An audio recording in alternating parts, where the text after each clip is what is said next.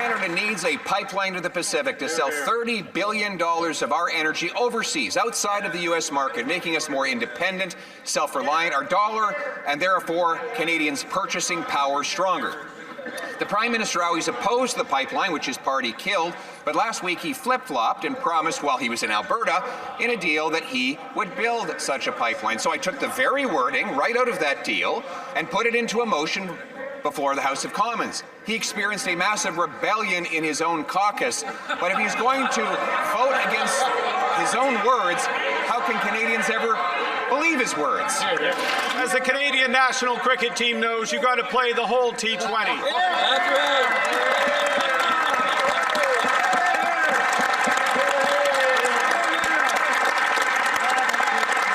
right. It's not just a couple of overs. It's not just the pipeline. It's not just pathways. It is a price on industrial price on carbon that goes to $130 effective. It is reductions in methane. It is net zero 2050. It is building Alberta strong, Canada strong, durable, sustainable. I took the wording for the motion right out of his deal. And if he votes against the motion, he's voting against a pipeline to the Pacific. He's voting against overriding the discriminatory and anti-Canadian ban on shipping our energy abroad. He's voting against consultation with the First Nations people and the British Columbia government, and he's even voting against his own beloved carbon capture and storage, all of which I took word for word right out of his own deal. So if the Prime Minister is only in favor of a pipeline when he's in Alberta, but against when he's in BC and Ottawa, how can Canadians even keep track of where he stands on anything? I would like to welcome the fact that to my hearing, for the first time ever in this House, the Leader of the Opposition has acknowledged the constitutional right of Indigenous people to full, free and fair competition. For the first time, he's ever acknowledged the role of the provinces in this pipeline. But he hasn't acknowledged yet the need for an industrial carbon price or the reduction in methane, two things that the Premier of Alberta acknowledged, signed wholeheartedly as part of a complete meal. Not only do we acknowledge the obligation to consult with our First Peoples, we put that right in the motion. It's right there. It's right there, Mark.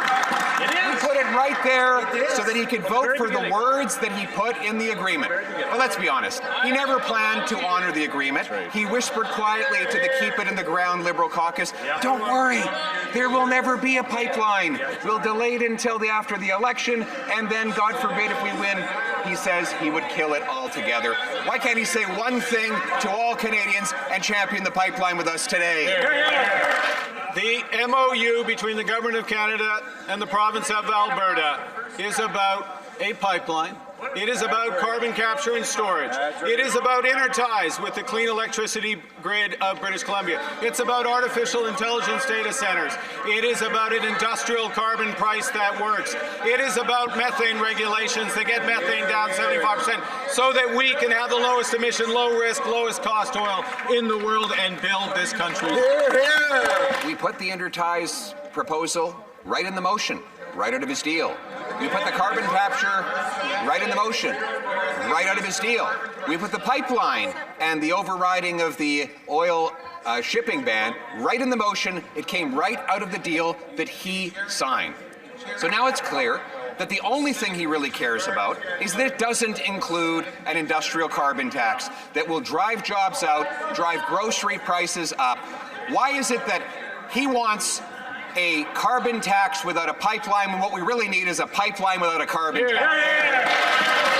The grand reveal has been made. Mr. Speaker, I'm not a lifelong member of this House, so I don't know all the rules, but I don't think there's a limit on the size of motions. And in fact, since the MOU is already translated, I think it would be very easy to take the entire MOU in both official languages and propose them if the members opposite would support everything that the Premier of Alberta has done. That's a very good question.